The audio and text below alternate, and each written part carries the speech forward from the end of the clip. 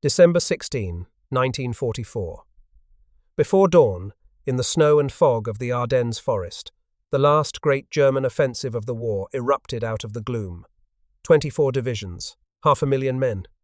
Tanks, assault guns, and Volksgrenadier infantry crossing a thinly held American front in what their commanders believed would be the decisive stroke that broke the Western Allies and forced a separate peace. For months, German officers had watched the American line through their field glasses and listened to the American guns at night. What they heard puzzled them. The American gunners across the valley never seemed to stop firing. Around here, around there, a scatter of explosions on a crossroads at 3 a.m, another on a forest trail at dawn. To German ears, trained in a service that rationed every shell, it sounded like madness. It sounded like men with no idea what artillery was for.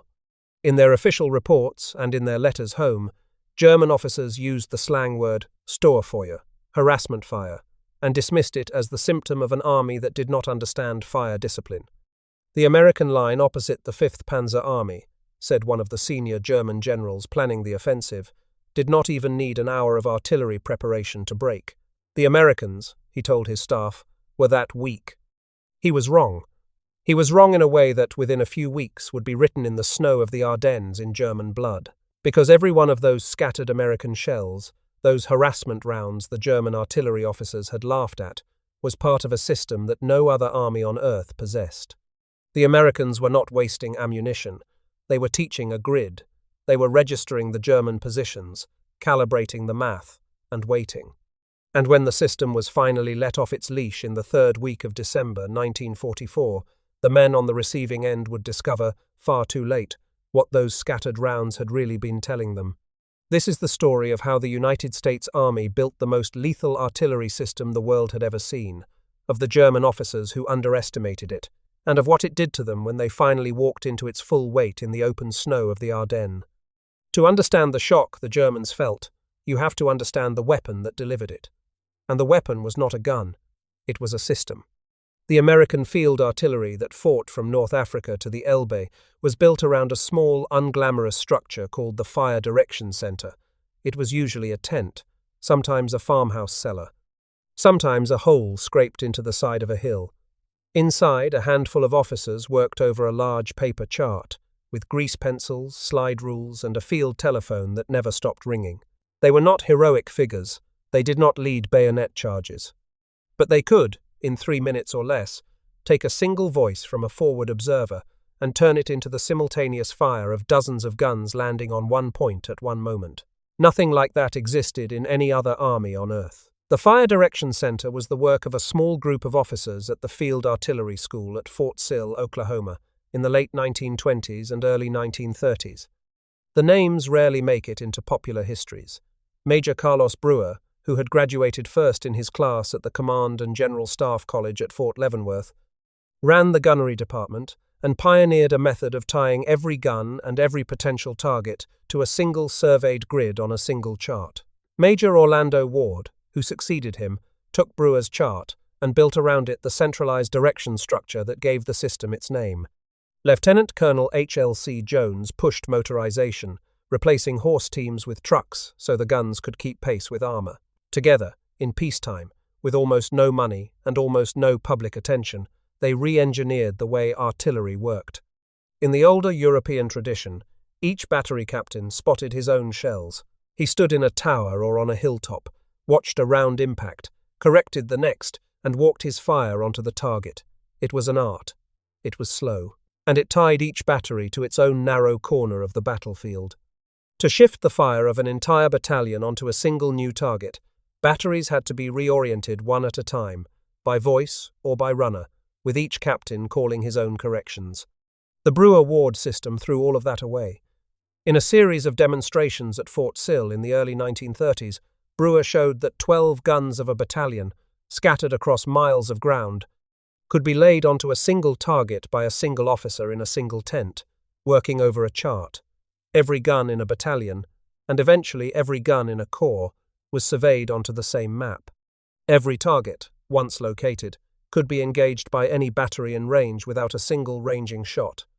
A trained fire direction officer with a graphical firing table could compute the firing solution for a new target, range, deflection, charge, and fuse setting in seconds. It does not sound dramatic. It was, because it meant that a single American forward observer, lying in a ditch with a 35-pound radio on his back, could call for fire and receive, almost instantly, the coordinated weight of an entire division's guns, or more. The man who carried the doctrine into wartime was Leslie J. McNair, the head of Army Ground Forces. McNair had served at Fort Sill earlier in his career and won the Distinguished Service Medal in the First World War for the way he taught the American Expeditionary Force to use its guns. As the Army exploded in size after Pearl Harbor, McNair drove the Brewer Ward system into every new field artillery battalion. He did not live to see the harvest. On July 25, 1944, the opening day of Operation Cobra in Normandy, a stick of bombs from American aircraft fell short and killed him in his slit trench. He was the highest-ranking American to die in the European theatre. Around the Fire Direction Center, the Americans built the rest of the system. Each infantry division had 3 battalions of 105mm howitzers, 36 tubes total, plus a battalion of 12 heavier 155s. Each corps controlled a pool of additional non-divisional battalions, equipped with the long-ranged 155mm gun called the Long Tom, the 8-inch howitzer that British gunners would later credit with finally cracking the monastery at Cassino, the 8-inch gun that could throw a 240-pound shell over 20 miles, and the massive 240mm howitzer with a 360-pound projectile. By 1944, a single American corps could mass the fires of several hundred guns on demand, with no ranging shots, on any target a forward observer could see. The forward observer was the second pillar. Where European armies expected a rifle company commander to call his own mortars and almost nothing else, American doctrine pushed trained artillery officers down into the forward foxholes alongside the infantry. They rode in jeeps, they walked with the rifle squads, they lived in the same mud and ate the same rations, and they had radios. The radios were the third pillar, the SCR 300 backpack set, made by Galvin Manufacturing in Chicago, a company that would become Motorola, weighed about 35 pounds, transmitted on FM, and reached as far as 8 miles in good conditions. The smaller SCR 536, the handy talkie, fit in a man's hand. American gunners and observers spoke to each other on these radios in plain voice, in real time, with the targets actually in view. The SCR 300 saw its first widespread army deployment with the invasion of Italy in the autumn of 1943, and the German officers who later captured examples of both sets were genuinely impressed by them. They never matched the pairing of compact FM radios with a centralized fire direction grid. No one did. The fourth pillar floated above the battlefield in a tiny yellow airplane. The L-4 Grasshopper was a militarized Piper Cub, a 2-seat civilian trainer barely modified for war. It cruised at 75 miles per hour. Its service ceiling was about 12,000 feet. It had no armor. Its only weapons, late in the war, were a few bazookas slung under the wings of one famous example. But its plexiglass greenhouse cabin gave a single observer a view of the battlefield no infantryman or tank crewman could ever match. More than 2,700 of them served in Europe with the field artillery. Nearly 900 were lost. From them, American artillery officers spotted German movements, plotted concentrations, and called down fires that no German on the ground could see coming. At Anzio, German artillery and Luftwaffe fighters went to extraordinary lengths to keep the small spotter planes on the ground. The official Center of Military History account describes the Cubs as highly respected by the enemy, hunted by Fokker wolves whenever they appeared, because the men in those flimsy yellow airplanes were the eyes of the most lethal artillery system on the beachhead. This was the system: surveyed guns, centralized fire direction, trained forward observers down in the forward foxholes, FM radios, spotter aircraft, and, behind it all, the most prodigious ammunition supply any army in history had ever fielded. Now consider what was on the other side of the line. German field artillery in the Second World War was good. The 10.5-centimeter light field howitzer Model 18, the 15-centimeter heavy field howitzer Model 18, the 88mm dual-purpose gun, all were excellent weapons, in some respects superior to their American counterparts. German gunners were well trained. German fire control was competent. German artillery officers were professional and tough, but the system around their guns was thinner, slower, and starved. It was starved in a more fundamental way. German artillery throughout the war suffered from chronic ammunition shortages, especially as the share of German war production swung toward tanks, aircraft, and U-boats.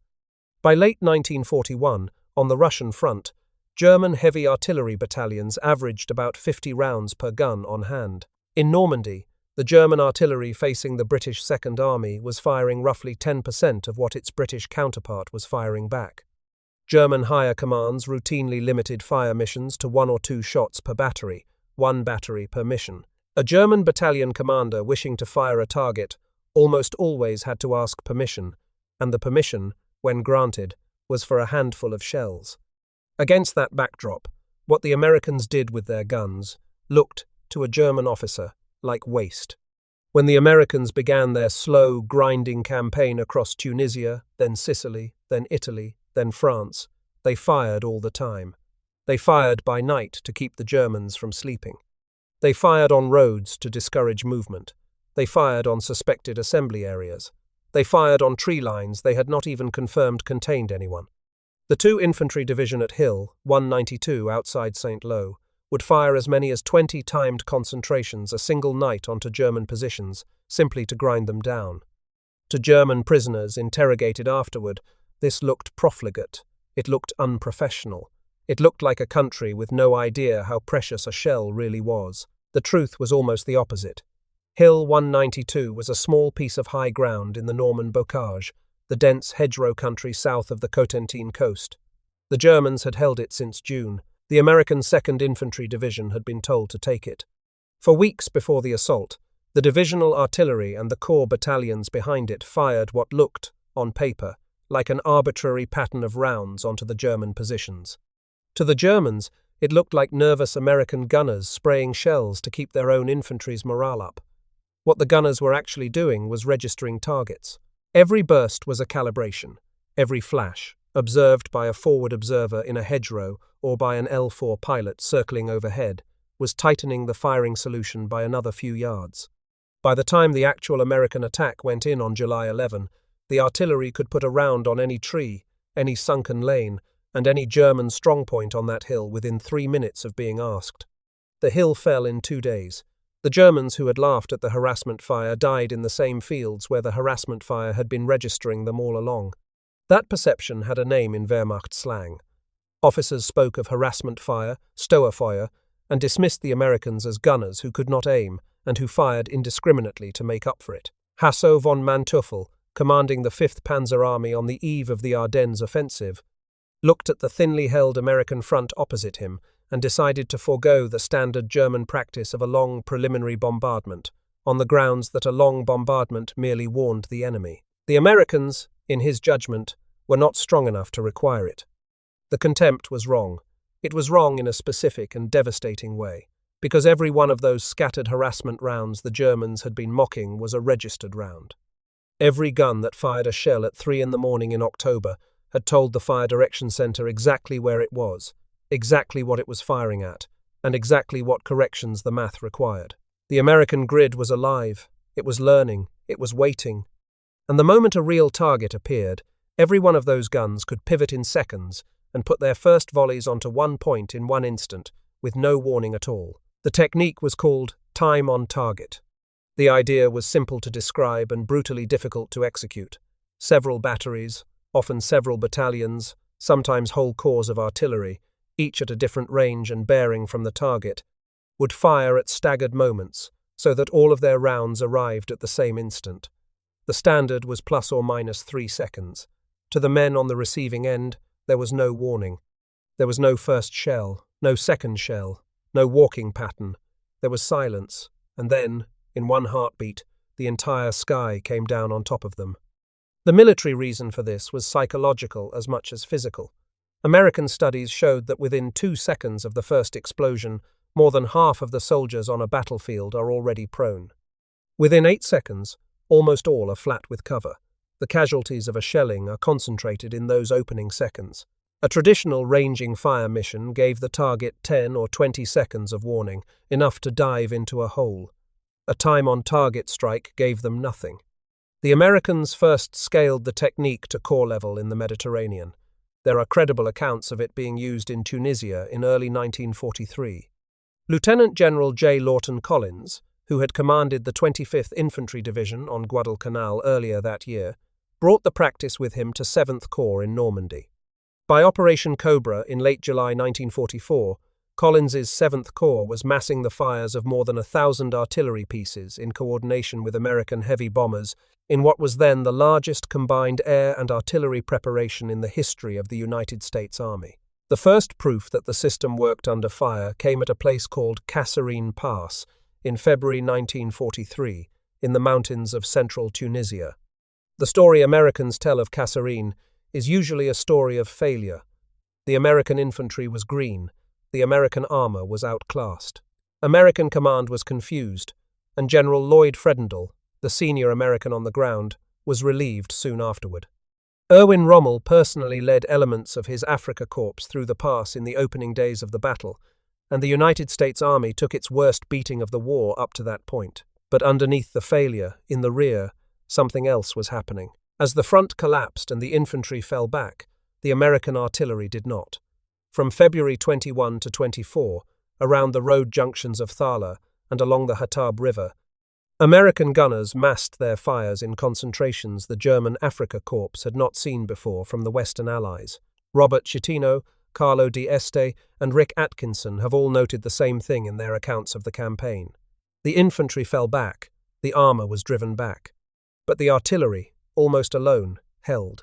Rommel himself, in his journal, recorded that the tactical conduct of the American defense had been first class, that they had recovered very quickly after the first shock, and that they had succeeded in damming up his advance by grouping their reserves to defend the passes. He withdrew. The pass that had nearly become a catastrophe became, instead, an education. The men who walked away from Kasserine carried two convictions with them. The first was that the American army needed a complete reorganization at the top, and Eisenhower duly fired Fredendall and elevated George Patton to command of 2nd Corps. The second was that the Brewer-Ward fire direction system worked. It had not yet been refined. It had not yet been tied to corps-level coordination at the scale Anzio would later see. But it had held a position when nothing else on the battlefield held.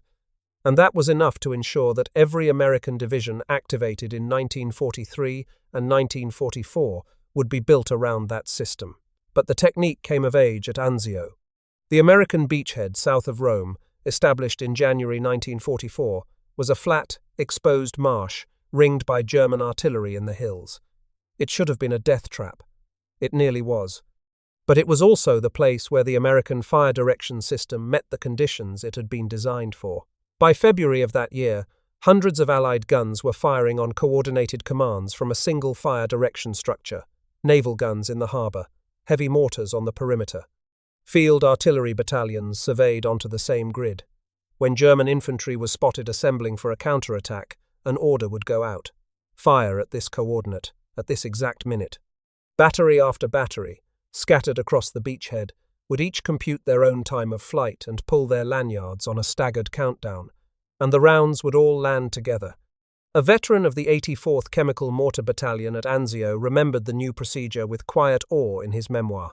He called it, simply, TOT. The German Operation Fischfang in mid-February, the great counter-offensive intended to wipe Anzio off the map, broke against that wall of fire. Roughly 5,400 German casualties in 5 days. Allied artillery outshooting German artillery roughly 10-1. The German general who watched it later wrote that he had never imagined fire on that scale was possible. Then came Normandy. And then came Mortain. In the first week of August 1944, with American armor breaking out of the Cotentin Peninsula and racing east, Adolf Hitler ordered a counterattack to slice the breakout in two. 5 Panzer and Panzer Grenadier divisions, the cream of the Western Front, struck west toward Avranches in the early morning of August 7th. Standing in their way was a single American infantry division, the 30th, nicknamed Old Hickory. The decisive position was a hill called 314, a height above the town of Mortain, held by about 700 men of the 2nd Battalion of the 120th Infantry, cut off and surrounded for 5 days. On top of that hill, 2 artillery officers watched the entire German offensive crawl past below them. First Lieutenant Charles A. Bartz and Second Lieutenant Robert L. Weiss, both of the 230th Field Artillery Battalion, had a grandstand view of an entire German operation. They had radios. They had a fire direction center listening. And they had, behind them, the full weight of the American artillery system. For 5 days, Bartz and Weiss called down fires onto the German columns in the roads below them. White phosphorus shells forced enemy infantry into the open. High explosive concentrations then cut down the men driven into the open by the smoke. After one fire mission, columns of smoke from burning German vehicles rose so high they were visible for miles. When the cut-off Americans on the hill ran low on plasma and bandages, the artillery battalion behind them packed medical supplies into hollowed 105mm smoke shells and fired them onto the hilltop. The plasma did not survive the firing shock. The morphine and bandages did. By August 12, the German offensive at Mortain was finished. The 5 panzer divisions that had attacked west had been mauled, with their leading columns reduced to wreckage by the combined weight of American artillery and Allied fighter bombers. A few days later, the wider German army in Normandy ran into the same machine on a far larger scale. Caught between the British and Canadians pressing south from Caen and the Americans wheeling east, much of 2 German armies was funneled into a shrinking pocket near the town of Falaise. For roughly a week, Allied artillery and aircraft pounded the German columns trapped inside the pocket. Estimates vary, but somewhere between 10 and 15,000 Germans died there. 40 to 50,000 more were captured. Hundreds of tanks, assault guns and field pieces were destroyed or abandoned. The 12th SS Panzer Division, which had fielded 20,000 men and over 150 tanks at the start of the Normandy campaign, was reduced by the time it escaped the pocket on August 22 to roughly 300 men, 10 tanks, and no artillery at all. Dwight Eisenhower, walking the ground a few days after the pocket closed, wrote in his memoir that the battlefield at Falaise was unquestionably one of the greatest killing fields of any of the war areas. It was, in his exact words, literally possible to walk for hundreds of yards at a time, stepping on nothing but dead and decaying flesh. Out of the wreckage of Normandy, German officers wrote letters and reports back up the chain. They were beginning to understand. Lieutenant General Fritz Bayerlein, who commanded the Panzer Lehr Division on the receiving end of Operation Cobra, gave perhaps the most quoted German testimony of the entire war. "The bombers," he wrote, "came as if on a conveyor belt. Back and forth the carpets were laid. By midday the entire area resembled a moon landscape, with the bomb craters touching rim to rim. All signal communications had been cut. No command was possible. The shock effect on the troops was indescribable. Several of his men, he said, went mad and ran in the open until they were cut down by splinters." And, simultaneously with the storm from the air, in his own German word, drum fire from the innumerable American guns, over 70% of his soldiers were either dead, wounded, crazed, or dazed. When his superior, Field Marshal von Kluge, telephoned Bayerlein and ordered that not a single man was to leave his position, Bayerlein replied with a sentence that has echoed in every history of the campaign. "Out in front," he said, "everyone is holding out. Everyone. My grenadiers and my engineers and my tank crews. They are all holding their ground. Not a single man is leaving his post. They are lying silent in their foxholes because they are dead. The Panzer Lehr Division is annihilated." This was where the German contempt began to break, but it had not yet shattered. That would take one more thing, one more secret weapon, one more turn of the screw. It would take the proximity fuse.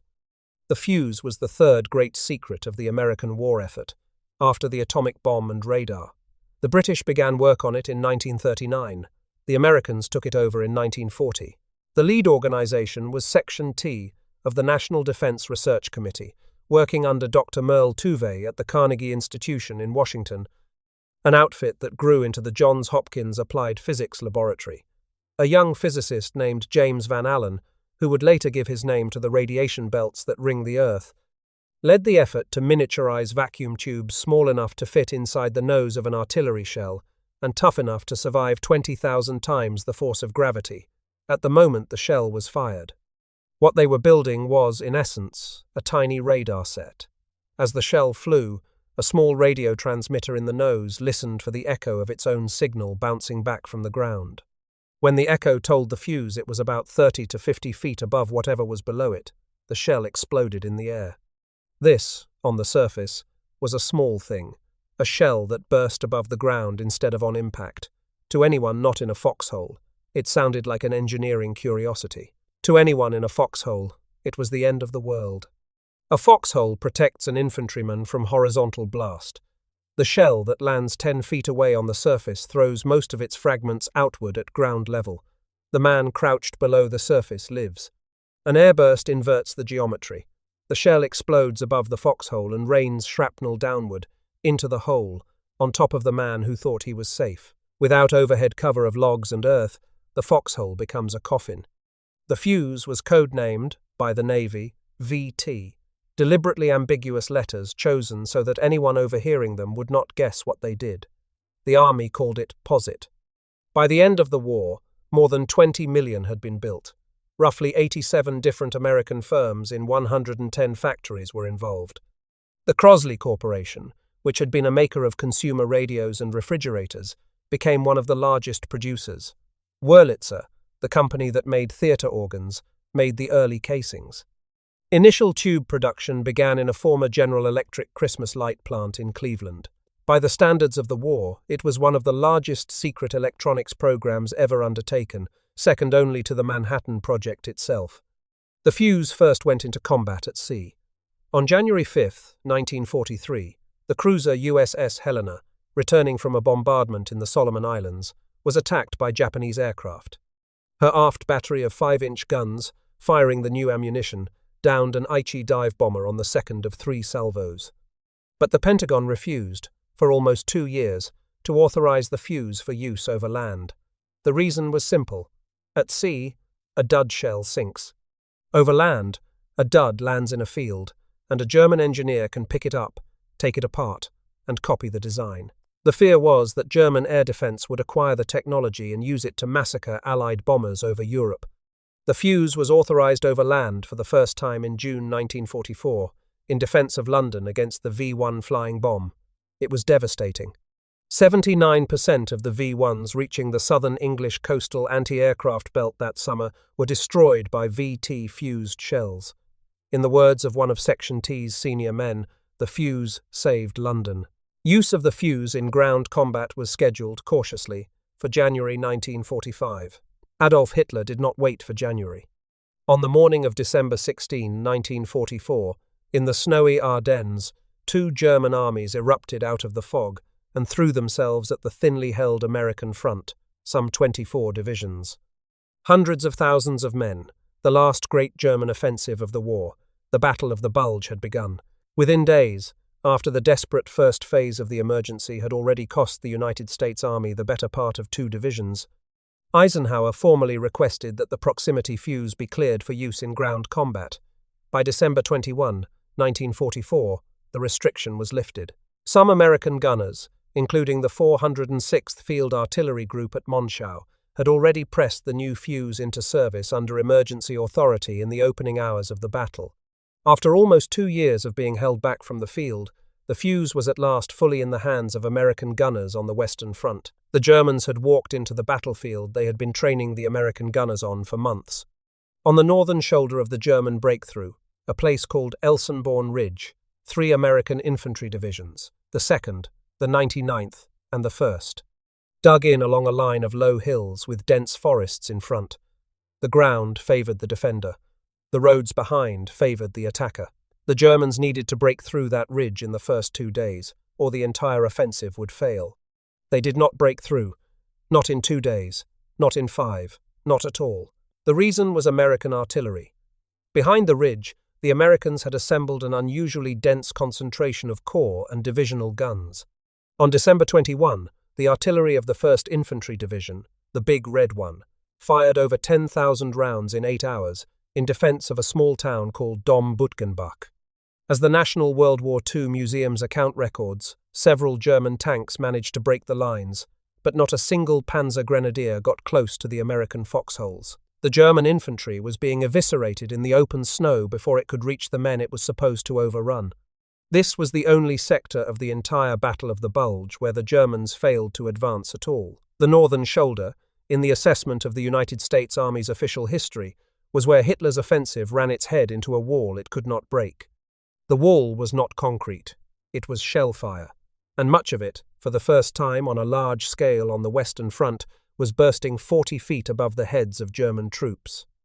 A captured German officer told American interrogators that the airbursts produced quick, powerful detonations for which there was simply no defense. There was no warning sound. There was no way to take cover. The shrapnel came from above, into the foxholes, into the men huddled behind tree trunks, into the columns marching along the snow trails in the gloom.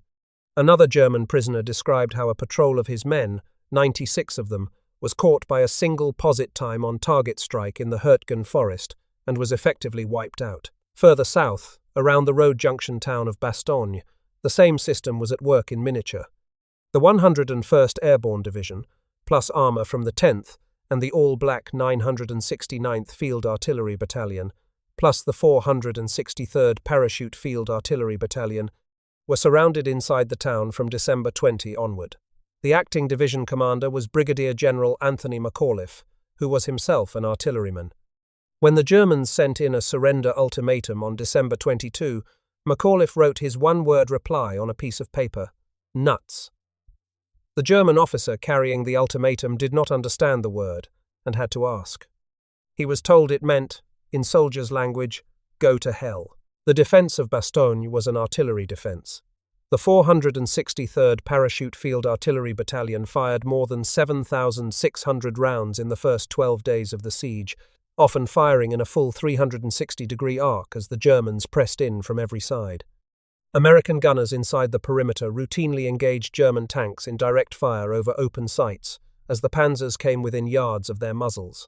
By December 22, ammunition was so short that the gunners were being rationed to 10 rounds per gun per day. American C-47 transport aircraft, flying through breaks in the weather starting December 23, dropped the ammunition that kept Bastogne alive. Among the units that fought to keep Bastogne open were two segregated, all-black field artillery battalions, the 333rd and the 969th. The 333rd had been overrun in the opening days of the German offensive.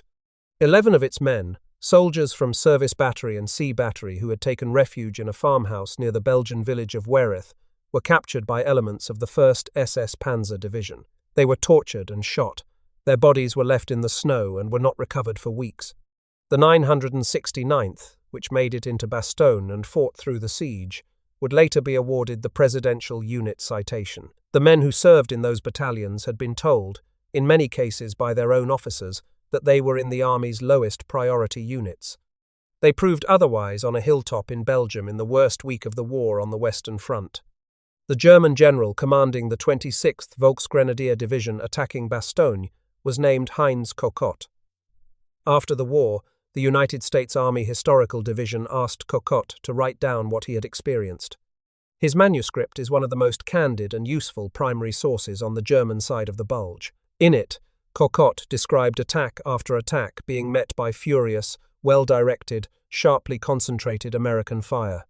The American artillery, he noted with the bitterness of an officer whose own batteries had been rationed to 10 rounds per gun per day, never seemed short of ammunition. The contrast was the lesson of the Bulge, written in his own hand, by an officer who had run his division into that fire and watched it break. That was the truth that the German army learned, division by division, in those final months of the war. The Americans did not spare ammunition. They never had. They had been training the Germans for it, with their harassment fire, their nightly serenades, their scattered shells on roads and crossroads, for years. Every one of those shells had been registering the grid. Everyone had been calibrating the math. Everyone had been quietly telling the German positions where exactly the American guns now had them, to within a few yards. To the south, on the Sauer River, General George S. Patton's Third Army was driving north toward the relief of Bastogne. On the night of December 25 and 26, a German battalion attempted to cross the Sauer near the town of Echternach. American forward observers picked them up in the moonlight and called for fire. The time on target struck with proximity fused shells. Patton, in a letter he wrote a few days later to Major General Levin H. Campbell, Jr., the Chief of Army Ordnance, recorded the result. "The new shell with the funny fuse," he wrote, "is devastating. We caught a German battalion which was trying to get across the Sauer River with a battalion concentration and killed by actual count 702. I think that when all armies get this shell, we will have to devise some new method of warfare. I am glad that you all thought of it first." In a separate letter, Patton was less restrained. "The funny fuse," he wrote, "won the Battle of the Bulge for us." That last claim was an exaggeration. The honest historical record is that the proximity fuse, during the Bulge itself, was used in a more limited fashion than Patton implied, often only when overcast skies prevented use of timed airbursts. The fuse did not, by itself, win the battle. What won the battle was the system. The fuse was the final, terrible enhancement of a fire control structure that had been built brick by brick over 15 years at Fort Sill, refined in Tunisia and Sicily, scaled at Anzio and Cobra, and proven against German offensives at Mortagne and Falaise and Elsenborn Ridge. By the time American gunners crossed the Rhine in March 1945, the system had reached the upper limit of what artillery could be. The 9th United States Army's preparatory bombardment for the assault crossing on March 24 used 2,070 guns and is reported to have hurled more than 65,000 rounds at the German defenses. American factories produced tens of millions of rounds of artillery, ammunition over the course of the war, in numbers no other belligerent could match. A single battery of a single battalion of a single division, Battery C of the 337th Field Artillery Battalion, fired its 300,000th round on March 25, 1945. The system reached down to the smallest scale of combat as well, not just to corps and division. On January 26, 1945, in a frozen woodlot near the French town of Holtzwihr, a young infantry company commander named Audie Murphy of B Company, 15th Infantry Regiment, 3rd Infantry Division, found himself with the survivors of his unit driven back by a German armoured attack. Murphy climbed onto the deck of a burning M10 tank destroyer in front of his men. His own infantry field telephone, with wire still running back to his battalion, was in his hand. From the burning vehicle, with the Germans pressed up against it from 3 sides, he called artillery fire down onto his own position. The American artillery hit the position with a concentration that broke the German attack. Murphy, by that point bleeding and burned, walked back to his men. He was awarded the Medal of Honor for the action. What is sometimes forgotten about that famous moment is the technical fact behind it. Murphy could call that fire because the wire was still good, because the fire direction center on the other end of the line could compute his coordinates in seconds, and because the gunners were trained to fire on the position of an American officer, if that officer asked for it. No other army in the war could have answered that call that fast, with that much accuracy. The Brewer-Ward system made Murphy's stand possible. Without it, Holtzwihr would have been a German victory, and Murphy would have been a name on a casualty list in a French village no one outside the regiment ever heard of. Far to the south, in the Italian theatre, the same system did its quieter work against a different problem. The monastery of Monte Cassino, perched on a mountain above the road to Rome, had absorbed Allied bombing and shellfire for months without falling. It was finally reduced, in the spring of 1944, in part by the persistent accuracy of American super-heavy artillery. The 8-inch gun, with a range past 20 miles, and the 240mm howitzer, throwing a 360-pound shell, could pluck individual structures off a hilltop with a precision that astonished the British and Polish gunners fighting alongside the Americans. When those battalions plugged into the corps-level fire control grids, built around Brewer and Ward's chart, the result was a long-range precision tool that could erase a building one round at a time while leaving the village around it standing. The German post-war testimony is, in its way, the most powerful tribute the system ever received. From corps commander down to company commander, the men who had walked into that fire returned to the same theme in their interrogations and their manuscripts. They had respected American armor in some places. They had looked down on American infantry in others. About the artillery, they were unanimous. There was no answer to it. There was no way to outmaneuver it. There was no way to outrun it. It was the one arm of the United States Army that they could not match, could not approximate, and could not survive in the open. It is worth pausing, near the end of this story, to describe what one of those American fire missions actually meant on the ground. Not the tactics, not the doctrine, the reality. A battalion of German infantry is moving along a sunken road through pine forest, moving fast, knowing that to stop is to die. They have done this before. They have learned, through hard experience, to listen for the first incoming round and dive. The first round gives them 10 seconds. They can use 10 seconds. They are professionals. A small yellow airplane, far above and far to the south, has watched them for 4 minutes. The man in the back seat has a radio. He has called a grid coordinate. A young captain in a tent 2 miles farther back has plotted the coordinate on his chart. The chart already shows every gun within 15 miles of that road, surveyed in, with their solutions pre-computed against the entire grid. The captain has given a count, in seconds, to 7 different battalions on the network. Each battalion has computed its time of flight for that coordinate. Each battery has spun its handles, dropped its shells, set its fuses. On the road, the German infantry hear nothing. Then the world turns white. There are no first impacts and no second impacts. There is one impact, one immense, rolling, simultaneous detonation that fills the air with steel for 200 yards in every direction. Many of the rounds are bursting 40 feet above the column. The shrapnel comes downward, into helmets, into shoulders, into the gap between the helmet rim and the collar of a greatcoat.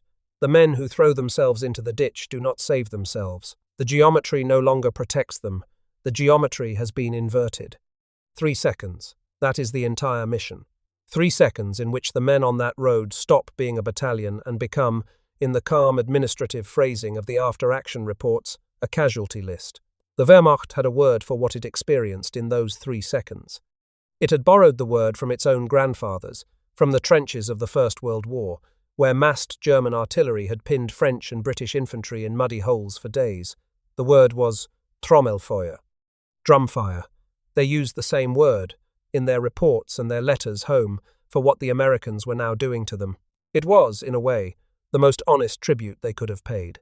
The Germans had taught the world to think about massed artillery in the previous war. It is what their own Lieutenant Colonel Georg Bruchmüller had pioneered against the Russians in 1917 and against the British in the spring offensives of 1918. They had built the original concept. And now, 26 years later, in the snow of the Ardennes, they were on the receiving end of a version of their own idea that they could no longer match. There is a final twist in the story that is worth telling, because it captures something about the difference between the two armies, as well as anything else can. During the German breakthrough in the opening days of the Bulge, a Wehrmacht unit overran an American supply dump and reportedly captured a stockpile of artillery shells that included posit-fused rounds, the new American secret weapon.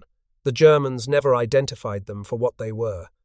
The reason they did not recognize them was that German engineers had concluded years earlier that proximity fuses were impossible to build because no vacuum tube could survive the firing acceleration. They were wrong. The Americans had simply built tubes that could. The captured shells were either used as ordinary rounds or left behind. The Germans never built a working proximity fuse of their own. There was, in the end, no single weapon that won the Second World War in the West. There was no single battle. There was no single moment of brilliance. There was a system, built quietly between 2 world wars by a handful of officers in a small town in Oklahoma, scaled into the largest industrial mobilization in human history, perfected in the anonymous labor of fire direction, officers in tents and forward observers in foxholes, and physicists in Maryland laboratories and pilots in tiny yellow airplanes. A system that, to the men on the receiving end, looked at first like waste, and then like nightmare, and then, finally, like the future of war itself. The German officers who had laughed at American harassment fire in the autumn of 1944 were right about one thing. They were right that the Americans were spending shells in a way no German army could afford. They were wrong about everything else. They did not understand that the spending was not waste. It was rehearsal. The shells were not falling at random. They were teaching a grid that already knew where they were, and would, when the time came, deliver every shell on their heads at once. The men who survived to be interrogated in prison camps, and who lived to write their post-war manuscripts for the United States Army Historical Division, told the same story in different voices. The fire was massed. The fire was accurate. The fire arrived without warning. The fire could not be answered, could not be outrun, and could not be hidden from. The doctrine of personal initiative, of fast-moving infantry maneuver, of armoured thrusts that had carried the Wehrmacht across Europe at the start of the war, broke against an invisible mathematics that they had never imagined possible. The Fire Direction Centre is still the heart of every modern artillery unit on Earth. Fort Sill is still the home of the United States Army's Field Artillery School. The ideas of Brewer and Ward, refined now by digital computers and satellite navigation, still underwrite the way modern armies coordinate their guns. The proximity fuse, the aerial observer in the slow yellow airplane, the compact field radio in the rifleman's pack, all of them have heirs alive in armies around the world. The system had one quality that no later technology has erased. It listened. For years before the great battles of 1944, the men at Fort Sill and the men in the muddy fire direction tents of Italy and France had been listening for a single voice on a single radio, and translating that voice into the simultaneous fire of dozens of guns landing on one point at one moment. The Germans heard the harassment fire and thought it was waste. They were not listening. The Americans were. And in the end, that was the difference.